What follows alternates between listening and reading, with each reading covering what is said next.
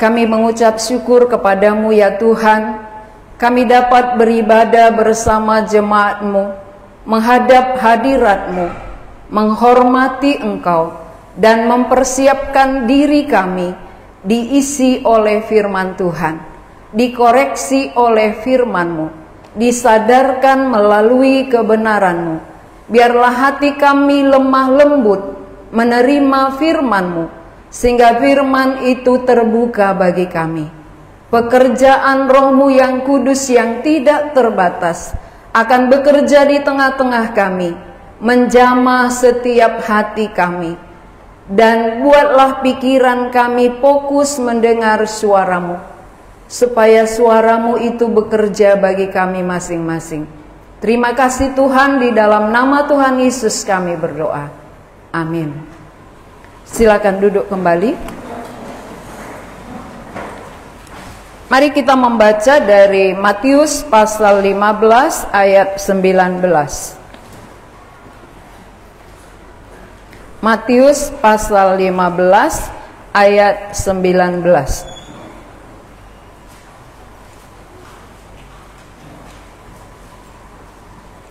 Karena hanya satu ayat saja kita baca bersama-sama. Sudah dapat ya? Matius pasal 15 ayat 19 kita akan baca bersama-sama. 2, 3, ya. Karena dari hati timbul segala pikiran jahat, pembunuhan, perzinahan, percabulan, pencurian, sumpah palsu, dan hujat. Tema kita hari ini pancaran hidup. Pancaran hidup itu artinya apa? Yang terlihat. Yang terlihat di dalam sikap hidup kita itu namanya pancaran. Pancaran hidup yang nyata bisa dilihat oleh orang lain, yang jelas bisa disaksikan oleh orang lain melalui tindakan kita. Jadi dari mana orang lain tahu bahwa kita beriman? Dari mana orang tahu bahwa sikap hidup kita itu benar? Ketika nyata dari tindakan, terlihat lewat tindakan kita, itu namanya pancaran.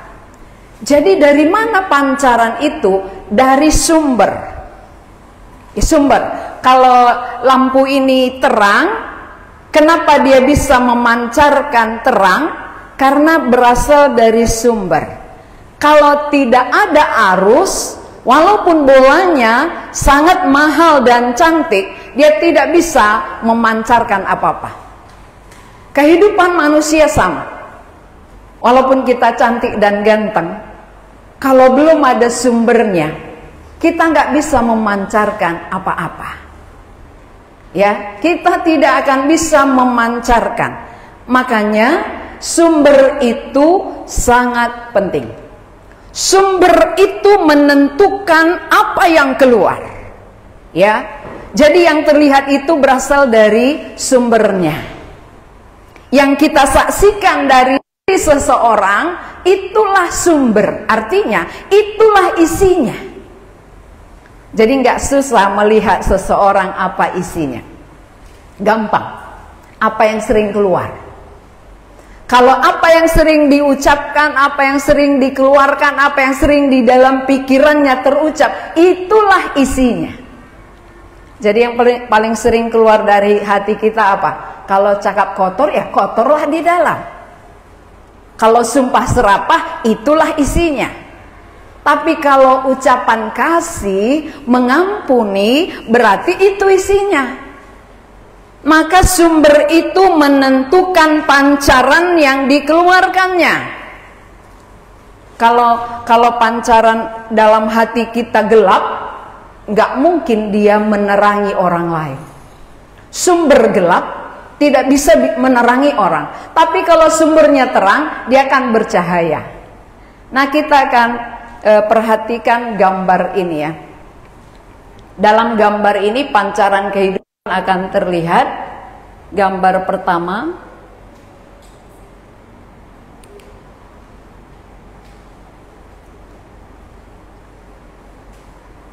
ya, gambar pertama inilah sumber.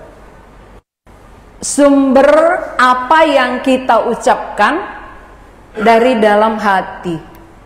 Hati ini sumbernya. Jadi apa isi hati itu keluar. Makanya orang kalau isi hatinya terus tentang tentang pacar, nanti mimpi pun dia pacar. Iya, terucap dia, jadi mimpi. Kalau hatinya tentang uang, untung, keluar mimpi juga uang. Ya kayak aku dapat uang banyak tadi gitu. Kenapa? Karena itu isinya. Apa isinya itu yang keluar. Jadi isi hati menentukan apa yang dipancarkan keluar. Ini hati. Hati manusia ini gelap. Gelap awalnya ya. Apa yang membuat gelap? Ini dosa. Dosa ini membuat hati gelap. Kalau hati gelap gimana menerangi? Gak akan bisa ya. Kalau hati kita gelap, menerangi orang yang gelap, sama-sama gelap, double gelap gitu ya, double black kan gitu ya. Ini gelap, lalu kita mau sadarkan orang, kau aja gitu, kan gitu ya. Kau aja gelap, kau nasihati lagi aku. Itu namanya sama-sama gelap. Nah, mari kita selidiki satu persatu. Ini apa? Burung merak ini adalah gambaran dari kesombongan. Banyak orang sombong. Padahal di hadapan Allah kita semua sama. Samanya di mana? Sama-sama dari debu tanah. Itu persamaan kita. Jangan pernah lupa itu. Kita semua diciptakan Tuhan asalnya dari debu tanah. Lalu sesudah kita menjadi besar, kita diproses, kita bekerja mengolah isi bumi. Ketika kita mengolah isi bumi, ada yang kaya, ada yang sederhana, ada yang miskin, gitu ya. Itu hanya seizin Tuhan. Diizinkan Tuhan ada kaya, ada miskin. Kenapa? Kalau semua nanti kaya, siapa yang ngorek parit? Kan nggak ada yang mau ya. Siapa yang ngorek parit? Nggak ada. Siapa jadi supir? Tentu semua itu diatur oleh Tuhan supaya kita memuliakan Dia. Jadi waktu kita miskin gak bersungut-sungut. Tuhan terima kasih. Kalaupun aku miskin, aku bisa melihat karyamu di dalam hidupku. Terima kasih Tuhan. Hidup berasal dari debu dan akan kembali lagi menjadi debu. Maka selama hidup ini, apa yang Engkau berikan bisa kunikmati. Aku akan menikmati apa yang Tuhan kerjakan di dalam hidupku yang berbeda dari hidup orang lain. Jadi jangan pernah mau sama dengan orang lain. Mengapa? Karena kita semua dicipta Tuhan unik adanya. Tahu arti unik? Khusus. Satu dengan yang lain punya keunikan yang berbeda satu dengan yang lain. Punya kekhususan. Ya, saya boleh ceritakan waktu saya SMP, teman-teman saya itu punya banyak uang dan cantik, wajahnya cantik. Saya lumayan cantik gitu ya. Kalau teman saya ini udah punya duit banyak, cantik lagi, banyak laki-laki yang ngejar-ngejar dia, bukan ngejar seperti anjing gitu ya. Banyak laki-laki yang suka sama dia. Akhirnya apa yang jadi? SMP sudah kawin. Syukur saya lumayan cantik tadi ya. Jadi sampai sarjana baru kawin gitu. Di SMP bayangkan, karena banyak uang, cantik parasnya, SMP sudah kawin. Akhirnya sekarang tinggal di kampung, menderita sekali. Maka ketika ketemu dengan orang tuanya dibilang gini, "Nakku, sayang kali temanmu itulah," katanya. "Kau tamat sekolahmu, dia tidak." Jadi keunikan kita itu harus kita hargai. Perbedaan kita satu dengan yang lain harus kita hargai. Karena itu karya Tuhan. Kita syukuri, ya. Walau hidung orang mancung, hidung kita mancung ke dalam, ya nggak apa-apa. Kan itu namanya kita nikmati karya Tuhan kan. Ya Tuhan termulia. Kan gak pernah saya ciptakan hidung saya mancung ke dalam. Gak pernah. Orang bukan saya kok yang ciptakan diri saya. Kalau tadi saya yang ngukir, pasti yang terbaik kayak orang India saya buat kan gitu ya. Hidungnya mancung, lalu wajahnya kayak orang Inggris putih. Tapi bukan kita. Maka melihat orang lain yang walaupun tidak cantik atau tidak ganteng, jangan sepele. Kenapa? Itu karya Tuhan. Kalau kita sepelekan berarti kita menghina Tuhan. Karena Tuhan penciptanya kok. Seperti itu dibuat Tuhan dia. Masa kita sepelekan? Jelek kali dia ya.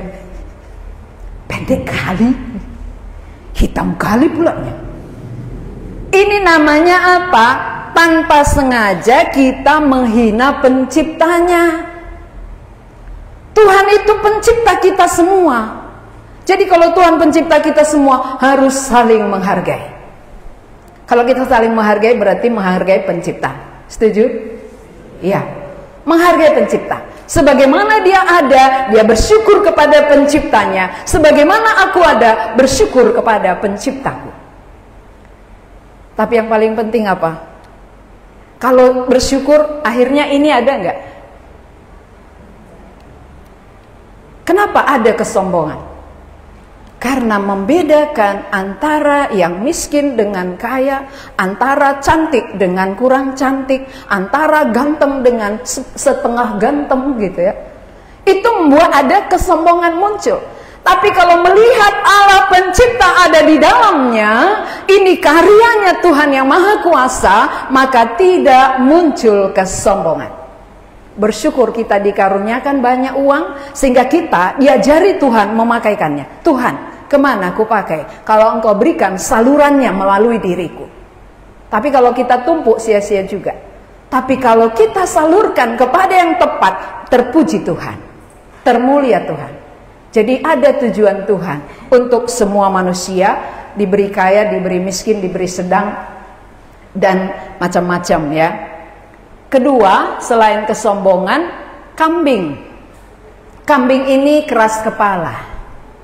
Itu di kampung itu kalau disuruh jalan, dia tahan. Ditarik pun dia tahan. Ini namanya nado.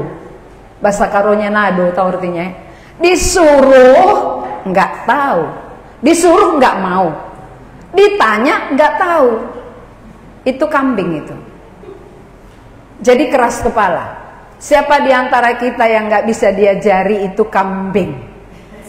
Jadi siapa nanti pasangannya nggak bisa diajari, kambing dekatku rupanya ya. Kan gitu ya. Aku dekat dengan kambing, nggak mau diajari, padahal dia nggak tahu apa-apa, nggak mau diarahkan, gitu ya. Jadi walaupun dia manusia, tapi sifatnya sifat kambing. Jadi banyak manusia yang bersifat kambing, nggak mau diarahkan, nggak mau ditegur, nggak mau dinasihati. Padahal nasihat itu demi kebaikan. Ya, itu kambing. Yang ketiga, babi. Babi ini, saya pernah pelihara babi. Wah, ini pengalaman penting sekali rupanya. Saya pernah pelihara babi. Walaupun sudah dimandikan, dia cari lumpur. Lucu ya. Udah bersih dia, tapi dia cari lumpur. Mana lumpur? Mana lumpur? Dia akan bergolek-golek di situ. Kenapa? Nyaman rasanya di lumpur. Jadi banyak orang sudah ke gereja, tapi nyaman rasanya cakep kotor. Pulang gereja udah cakep kotor.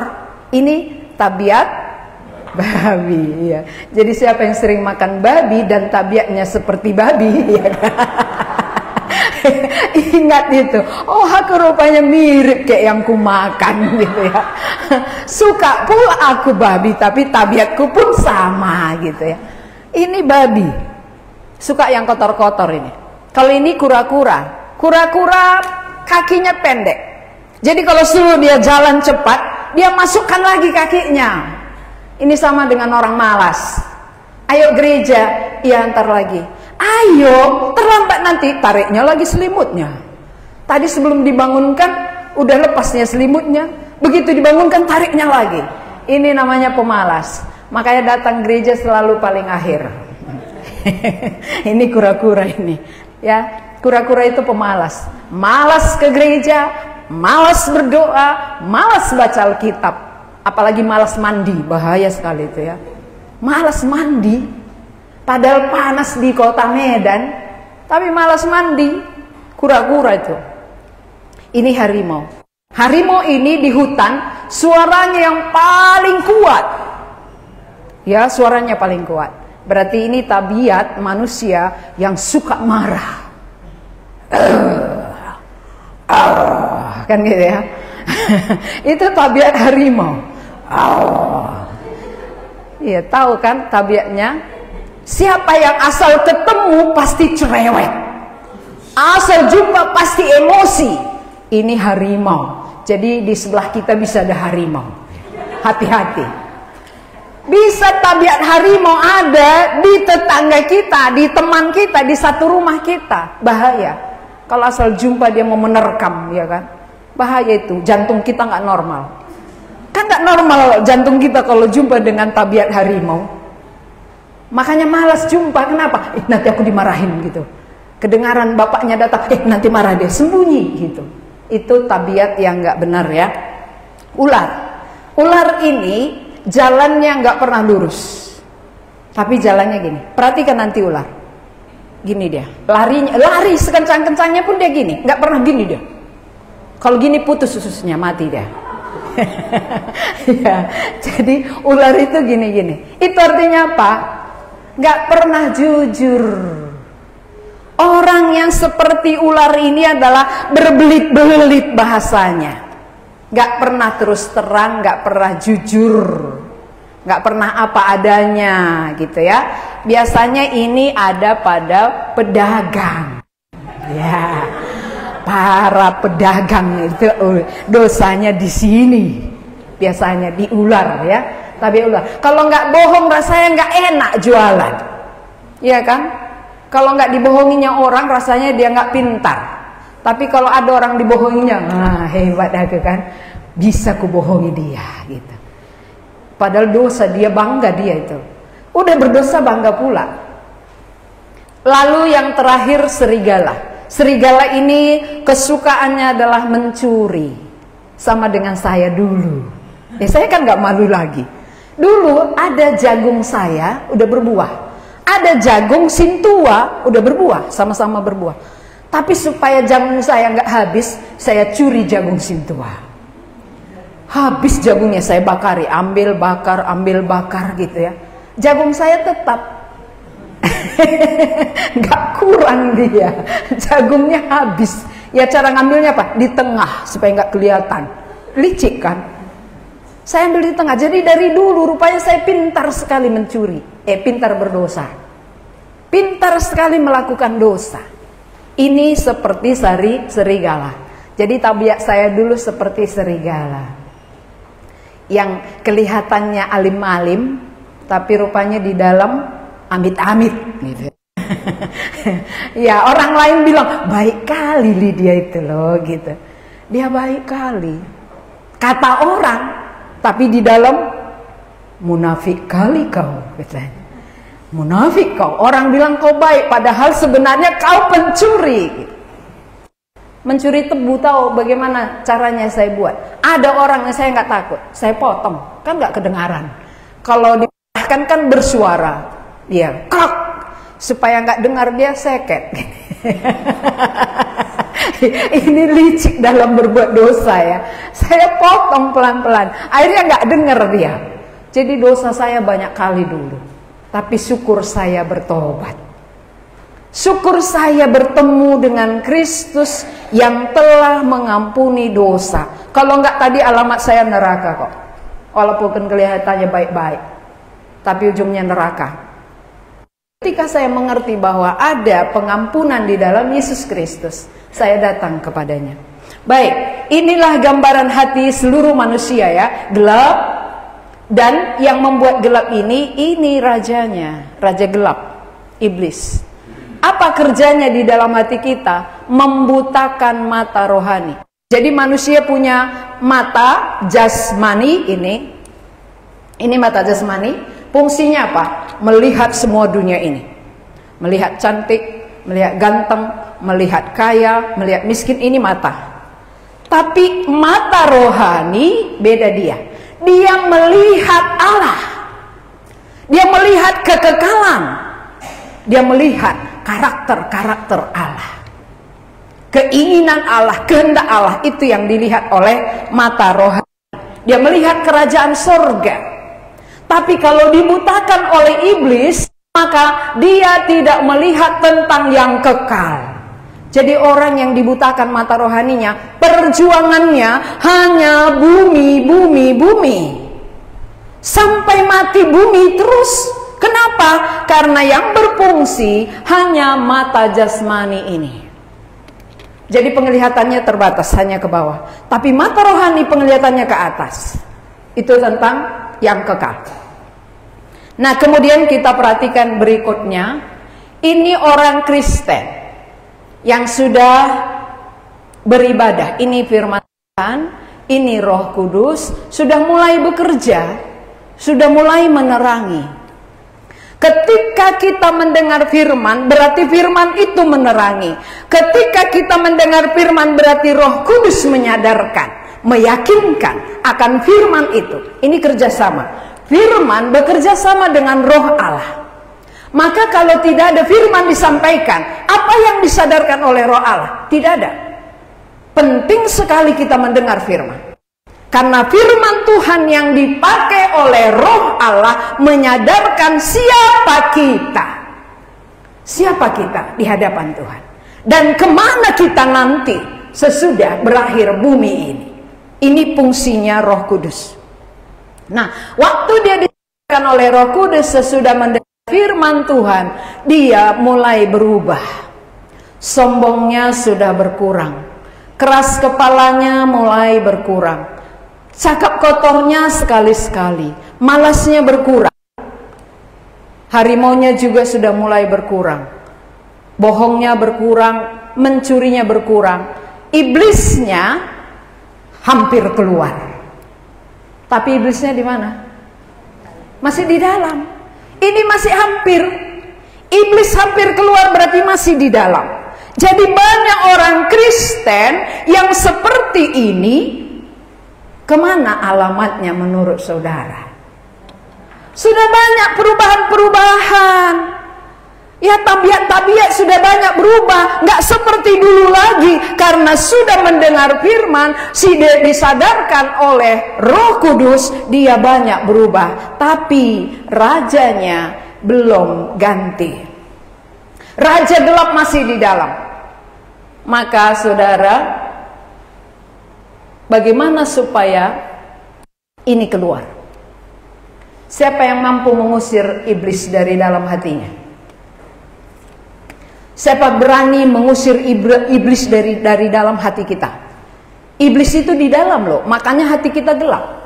Iblis itu bekerja di dalam hati setiap orang, maka dikeluarkannya dosa. Jadi dosa itu adalah produk iblis, bukan produk Tuhan. Kalau iblis di dalam, maka dia pancarkan dosa demi dosa. Tiap hari bertambah. Itu gambaran orang yang rajanya belum ganti. Lalu kalau begitu, bagaimana kita bisa bebas dari iblis? Siapa yang mampu mengeluarkan iblis? Bisakah doa mengeluarkan iblis?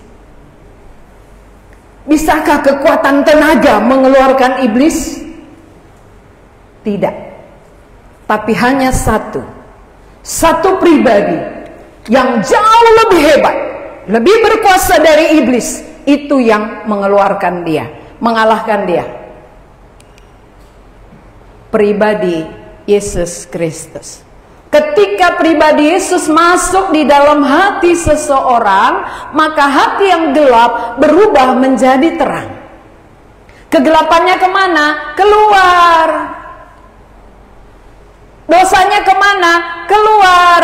Tidak di dalam lagi. Jadi kalau sudah Yesus di dalam, barulah bisa memancarkan kasih, memancarkan pengampunan. Walaupun orang berbuat jahat kepada kita, menyakitkan hati kita, kalau Kristus di dalam, kita bisa mengampuni dia. Kita bisa memaafkan dia. Kita tidak ingat-ingat lagi kesalahannya. Kemarin kami di satu tempat kami sampai ketawa. Karena ada seorang ibu bilang gini, aku dendam kali sama si anu itu. Siapa dia? Udah meninggal memang. Bayangkan ya. Udah meninggal tapi dia dendam.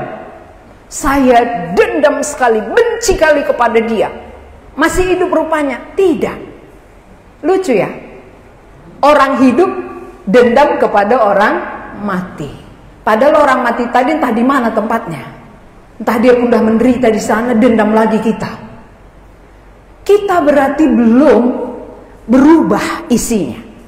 Isi hati kita berarti belum diganti. Walaupun kita sudah menjadi orang Kristen puluhan tahun, tapi kalau isi di dalam belum ganti, maka keluar pun tidak ganti. Kuncinya dari dalam, dari sumber keluar. Kalau sumbernya ganti, maka isinya pun ganti. Nah, ini isinya berubah menjadi firman. Jadi kesukaan orang adalah firman Tuhan kalau Yesus sudah di dalam.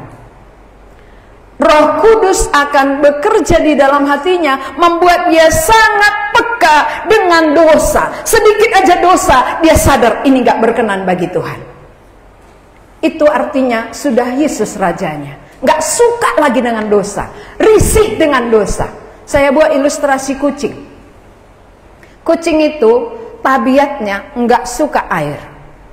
Coba nanti saudara-saudara praktekkan di rumah. Ada kucing, siram dia. Pasti lari terbirit-birit. Dia kepas-kepaskan bulunya. Itu gambaran orang yang telah menerima Kristus, nggak suka dengan dosa. Sedikit aja dosa langsung dikepaskannya. Gak mau tinggal di situ. Gak mau berdiam dalam dosa. Risih dengan dosa. Kenapa? Ada Kristus di dalam kita. Ada Roh Kudus yang menyadarkan kita. Jadi kalau kita masih nyaman tidur bobok dengan dosa, kita tidur dengan dosa, berjalan dengan dosa, ke gereja dengan dosa, berarti belum ganti. Kalau sudah ganti, maka ini isinya ganti, hatinya menjadi terang, wajahnya pun tersenyum. Jadi waktu kita datang ke gereja, lihat wajah saudara-saudara kita, tersenyum atau cemberut, kan gitu ya. Tapi ada orang tersenyum dibuat-buat. Nanti pikirnya aku berat kali, gitu ya. Pikirnya aku berat kali, padahal yang berat gitu ya. Jadi kita kadang-kadang kalau belum Kristus di dalam, terjadi kemunafikan. Terjadi kemunafikan. Saya dulu waktu belum menerima Tuhan Yesus, munafik luar biasa. Jumpa sama pendeta, selamat pagi. Kayaknya saya ini paling rohani gitu. Tapi di belakang sana saya kerjakan apa yang saya mau. Ini munafik. Banyak orang suka kelihatan rohani, tapi yang sebenarnya adalah roha kudo. Ya kan? Roha kudoi. Bukan rohani. Bukan orang yang sudah diubahkan Tuhan, tapi kita yang berusaha mengubah-ubahkan dari luar. Bukan sumbernya yang kita ganti ya. Kita lanjut. Ini lebih bahaya. Ini orang yang sudah mengeraskan hati, Alkitab tertutup, Roh Kudus pergi, ini iblis sudah bertahta. Pernah kami layani dulu seorang bapak, dia bilang gini, aku nggak bisa lagi dilayani. Kenapa? Saya sudah berbuat janji dengan bukan dibilangnya iblis ya. Saya sudah berjanji dengan nenek moyang saya tidak akan pisah lagi dengan dia. Ini namanya telah mengeraskan hati. Dia telah memberikan tahta hatinya untuk dirajai oleh setan, sehingga alamnya pasti neraka. Ini jelas-jelas alamat neraka. Kenapa? Karena dari dirinya keraskan. Kalau dari diri kita keraskan berarti nggak tembus lagi, nggak mau dengar firman lagi, nggak mau disadarkan Roh Kudus lagi, maka ujung kehidupannya penyesalan selama-lamanya. Syukur hati kita masih mau diterangi, syukur hati kita masih mau mendengar firman, sehingga Roh Kudus akan menginsafkan kita. Roh Kudus akan bekerja menyadarkan hati kita, siapa kita sebenarnya. Nah, ini paling celaka lagi. Udah menerima Tuhan Yesus, tapi nggak pernah baca Alkitab. Roh Kudusnya berduka, mata hatinya pun sudah kabur. Jadi orang melihat dia pun, itu udah bertobat atau belum itu? Kayaknya lebih parah dari orang dunia, gitu ya. Ini ada terjadi seperti itu. Dia sudah terima Yesus tapi tidak lagi memancarkan apa-apa. Malah dia sudah redup. Kerohaniannya redup karena nggak pernah lagi hubungan dengan Allah. Tidak mau lagi menyediakan hati mendengar firman Tuhan. Hanya firman yang bisa menyadarkan kita. Firman yang bisa menerangi hati kita, meluruskan jalan kita. Kalau firman tertutup, maka hati menjadi gelap. Ini sudah redup, ini kabur, gak terang lagi. Jadi orang yakin gak yakin, maka wajahnya pun gelap. Kita tentu melihat di antara kita ya, oh si Anu itu pantas begitu ya, gitu. Langsung gitu dalam hati kita, pantas si Anu itu gak pernah ada cerianya, gak pernah nampak sukacitanya. Tapi katanya dia sudah bertobat. Karena tidak membina persekutuan dengan Tuhan. Alkitab tertutup. Hanya datang ibadah gereja aja. Tapi secara pribadi dengan Tuhan tidak ada lagi hubungan komunikasi. Nah, ini adalah orang yang sudah dipanggil oleh Tuhan. Ketika dia dipanggil Tuhan, malaikat menyambut dia.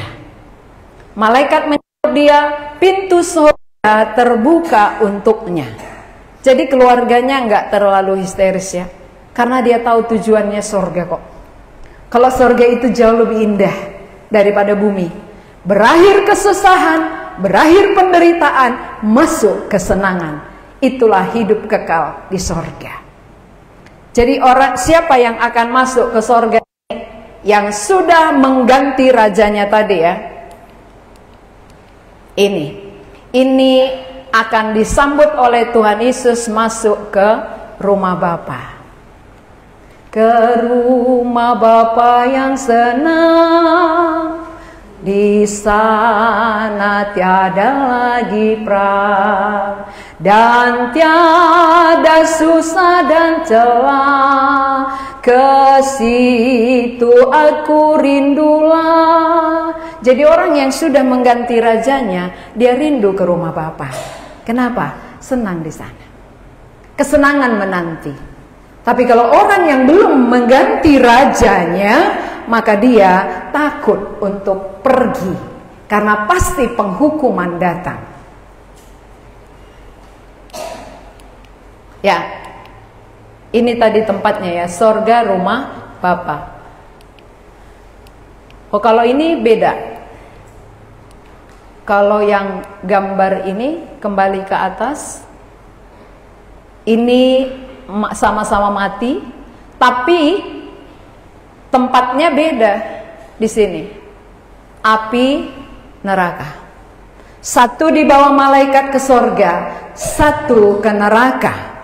Apa yang membedakan? Yang membedakan adalah rajanya. Siapa rajanya di bumi, tentu dibawa ke tempatnya. Kalau Yesus raja kita, tempat Yesus adalah sorga, maka kita akan dibawa ke sorga.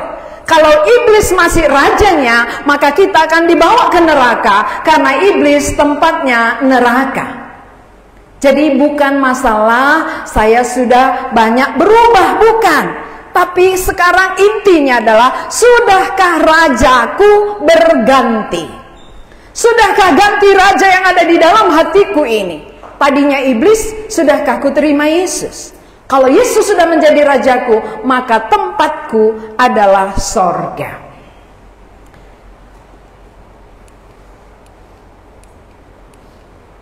Nah, ini yang belum menerima ya. Ini sudah banyak berubah, tabiat-tabiatnya berubah, dosa-dosanya sudah mulai berubah, tapi rajanya masih iblis. Kalau rajanya masih iblis, berarti kemana rajanya, ke situ dibawa. Tempat rajanya itu adalah api neraka ini. Jadi sebenarnya saudara, yang menentukan seseorang surga atau neraka itu siapa rajanya di bumi. Ya, siapa rajanya di dalam hatinya. Kalau Yesus rajanya, dibawa raja ke surga. Kalau iblis rajanya, dibawa iblis ke api neraka. Bukan tergantung seseorang itu baik atau tidak, tapi tergantung isinya. Isi hatiku tadi adalah Kristus, maka pancarannya keluar pengampunan, kasih, damai. Jadi bertemu dengan orang pun damai. Karena kita sudah damai dengan Allah, maka bertemu dengan siapa saja kita bisa berdamai. Itu isi yang terpancar dari dalam hati kita. Lalu bagaimana caranya supaya dosa yang di dalam itu bisa selesai, diampuni, disucikan, agar kita memiliki Yesus? Kita baca dari Ibrani pasal 9 ayat 14. Ibrani pasal 9 ayat 14.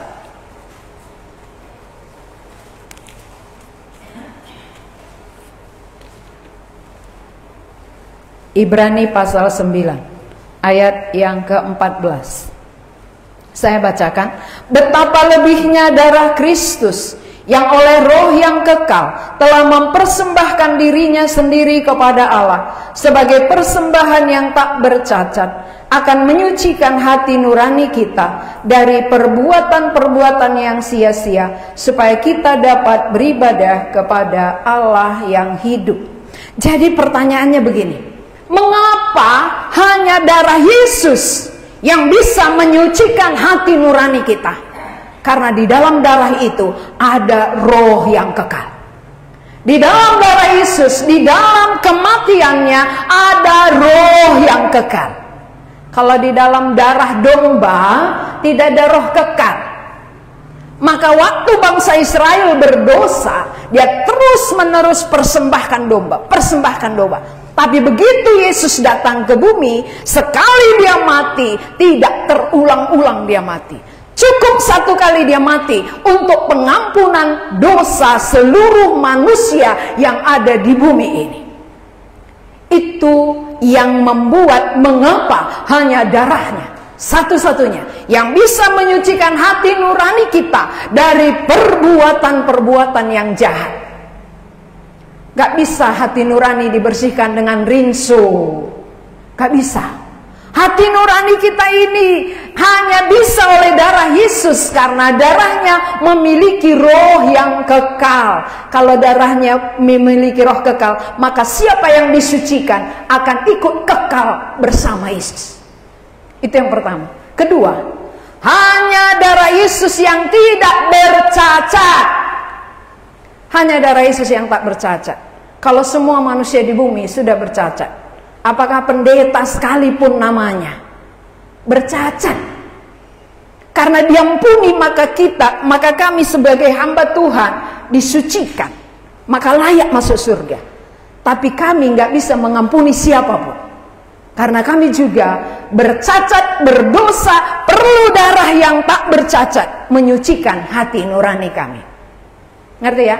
Jadi tidak ada siapapun yang berhak mengampuni dosa selain oleh darah Yesus, karena hanya darahnya yang tidak bercela, tidak bercacat. Kalau kita kotor, tentu kita perlu yang bersih untuk menyucikannya.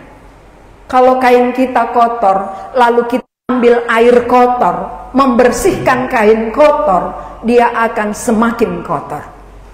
Tapi hati yang kotor dibersihkan oleh darah Kristus yang suci, maka hati kita menjadi suci. Jadi itu bukan andil kita, bukan perbuatan kita, tapi semata-mata karya Kristus. Itu karena pekerjaan Tuhan terhadap kita sebagai bukti bahwa Dia sangat mengasihi kita, maka Dia rela korbankan nyawanya. Kalau kita andalkan perbuatan kita, berarti kita sia-siakan kematiannya. Berarti kita tidak menghargai pengorbanan yang begitu besar. Tapi satu-satunya jalan menyucikan kita hanya kematian Yesus. Hanya melalui darahnya yang kudus, darahnya yang memiliki roh yang kekal. Jadi tidak ada yang lain. Maka kita beruntung. Kita sebagai orang Kristen harusnya bersyukur sekali. Kenapa? Hanya dalam darah Yesus ada penyucian hati nurani. Kalau di luar itu tidak ada. Berarti kalau aku kenal Yesus dan aku miliki, maka hidupku akan diubahkan. Ketika Kristus ada di dalam diriku, maka terpancarlah tabiat-tabiat Kristus keluar. Kalau belum, ya tabiat raja lama yang keluar. Ini menjadi pancaran hidup kita. Jadi pancaran itu artinya bahwa hati itulah sumber pancaran. Dari hati memancarkan keluar. Jadi hati yang diubahkan oleh Kristus akan memancarkan kasih. Hati yang dikuasai kegelapan akan memancarkan dendam, kebencian, akar pahit. Itu biasanya. Maka orang yang terlibat penyembahan berhala, luar biasa akar pahitnya. 10 tahun yang lalu pun diingatnya terus. Si anu itu dulu ngomong beginilah. Si anu itu berkata seperti ini. Ini namanya akar pahit. Lama sekali tapi tetap diingat. Tapi satu firman Tuhan aja pun enggak lengket. Berpuluh-puluh tahun kita sudah Kristen, satu firman pun tidak lengket di dalam hati kita. Dan tidak jadi. Maka kalau tidak lengket dan tidak jadi, enggak mungkin berubah. Bagaimana kita berubah kalau enggak ada firman yang mengubah, ya? Jadi saudara-saudara, mari kita selidiki hati kita. Apa yang selama ini kita pancarkan? Kalau pancarannya terus dosa-dosa, keluar terus kejahatan-kejahatan, membuktikan isinya belum ganti. Mari kita ganti isinya. Bagaimana cara mengganti isinya? Darah Kristus satu-satunya jawaban. Di luar itu tidak ada. Karena di dalam darah Kristus ada roh yang kekal. Di dalam darah Kristus tidak bercacat dan tidak bercela, sehingga darahnya itu dapat menyucikan hati nurani kita. Ini kelebihannya, ya. Kelebihan darah atau kematian Kristus adalah ada yang kekal, tidak bercacat. Jadi ini bukan hal yang sepele. Banyak orang menganggap ini sepele, tidak menghargai, disebutkan saja tapi tidak nyata. Diucapkan berulang-ulang darah Yesus, kematian Yesus, tapi tidak mengubah kehidupan kita. Itu sepele namanya, tidak menghargai. Kalau orang mengerti ini yang bisa mengubah aku dari karakterku, tabiatku, kejahatanku, isi hatiku yang gelap, pasti kita terima. Tapi mengapa kita nggak terima? Karena kita tidak meyakini. Karena kita nggak yakin ini yang bisa mengubah kita. Kita kira dengan tenaga, kekuatan, cara kita. Itu artinya mengabaikan. Tapi kalau kita meyakini, ketika ku terima pengorbanan Kristus, hidupku pasti diubahkan.